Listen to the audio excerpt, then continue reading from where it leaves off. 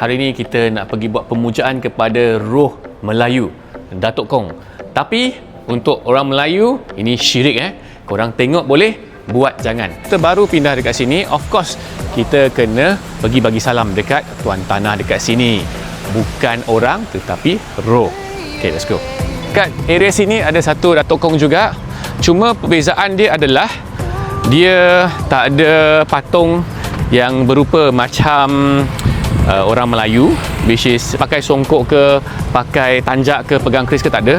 Ini adalah just papan penulisan Cina, tapi yes, dia adalah Datuk Kong juga. Seperti mana video yang Kian pernah ceritakan sebelum ni adalah bahan-bahan pemujaan yang disajikan mesti kena halal, tak boleh ada babi, tak boleh ada arak dan sebagainya.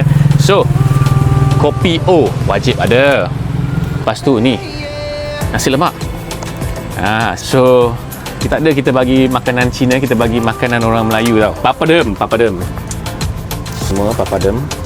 Kira kita macam bagi salam lah Kita datang sini, ini adalah tuan tempat dia. Kita bagi tahu yang kita dah masuk kat sini. Bagi setengah orang, mereka akan meminta agar perlindungan ataupun semua berjalan lancar, rezeki. So for us, bagi saya rasa adab dan juga penghormatan bahan-bahan dia.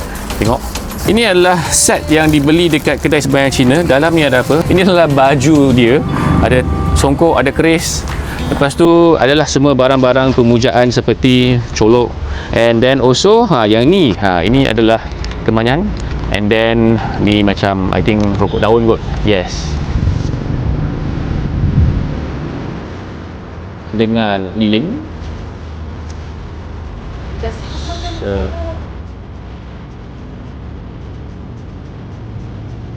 Last kali, lepas kita dah buat semua hidangan semua, dan kita nak bakar kertas colok ini untuk bagi umpama macam offering lah.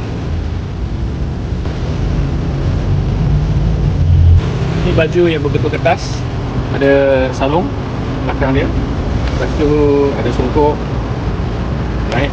Ada keris, atau terima baju.